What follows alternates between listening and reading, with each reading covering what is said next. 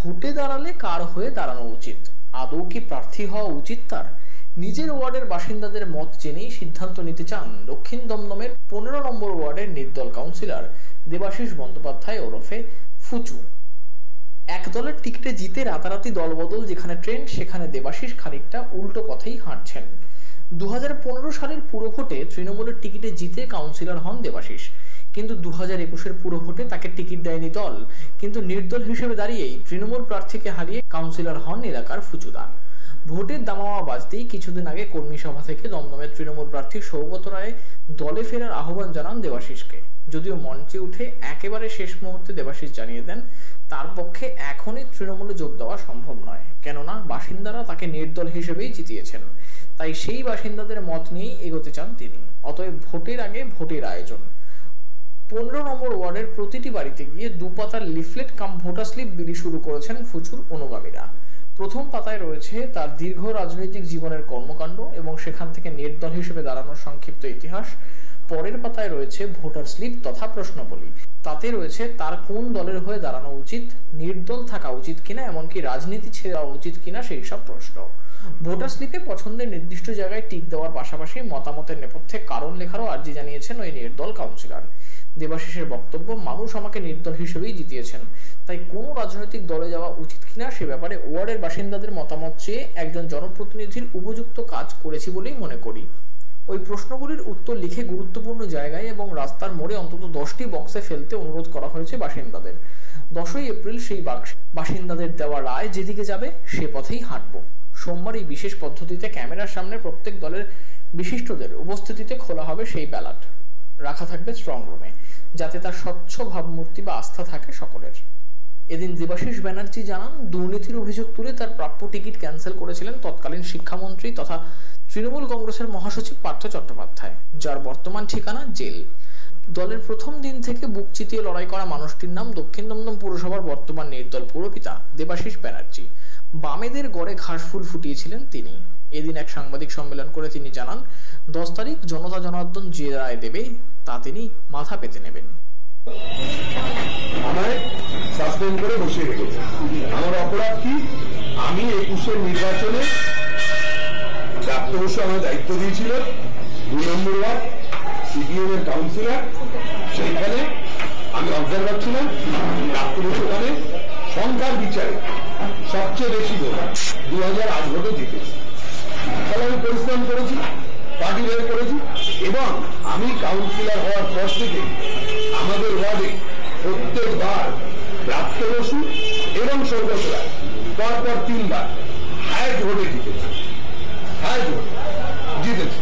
তো আমাদের ছেলেমেয়েরা আমরা ভালো কাজ করেছি, পরিশ্রম করেছি তার জন্য।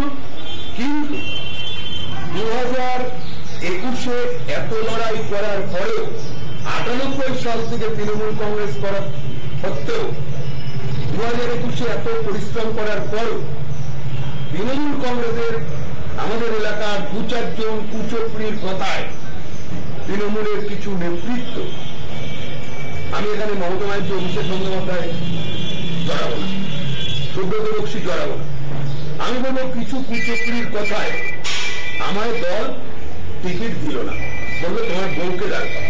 আমি দাঁড় করালাম না, আমি এলাকার মানুষের মতামত নিলাম। আমার যে টিকিট দিল না তার নাম মাননীয় পার্থ চট্টোপাধ্যায়, তৎকালীন মহাসচিব। কি বললেন? যে আমার বিরুদ্ধে দুর্নীতির অভিযোগ আছে।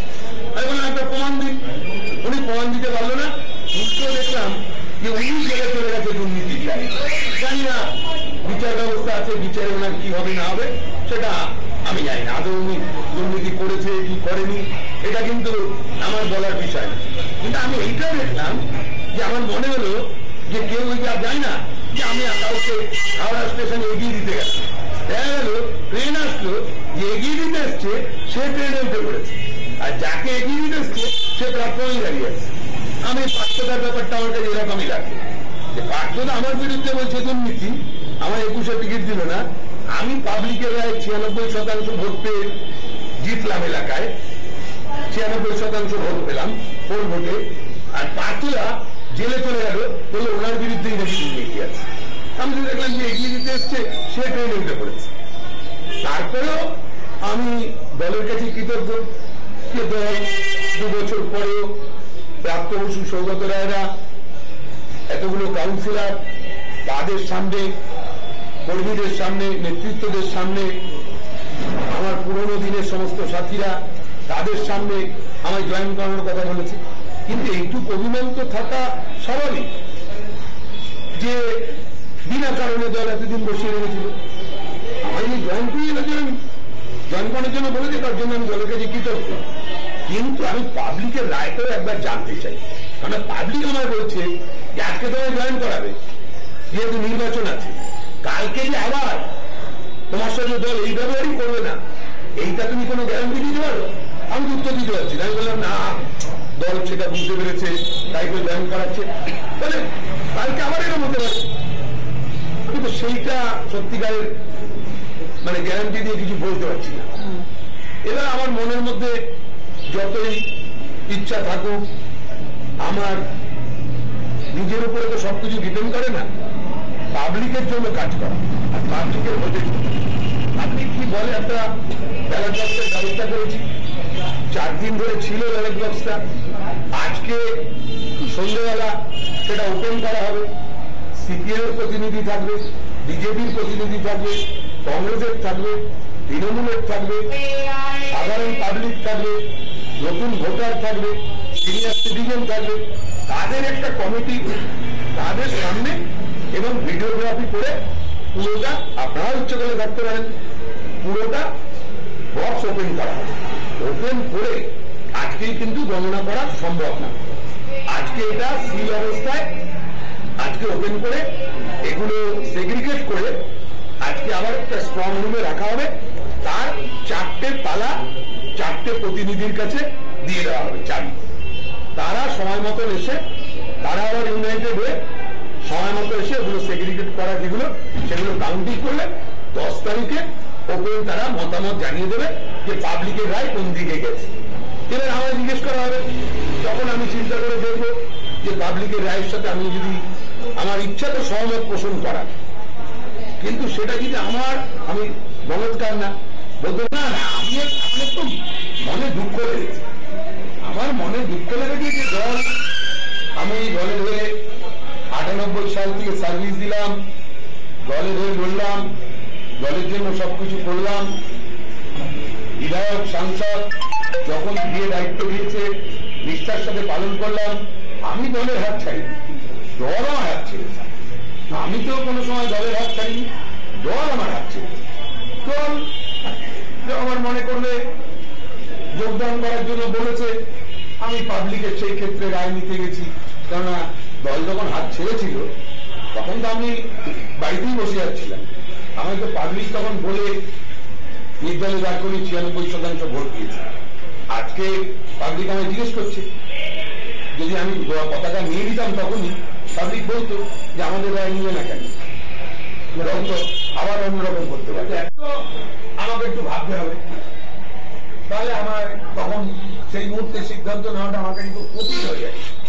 আমি চেষ্টা করবো যে সিদ্ধান্ত ওই অন স্টেজই আপনাদের জানিয়ে দেবো, যাই রায় আসবে সেটা পাবলিকের রায়, আমার রায়।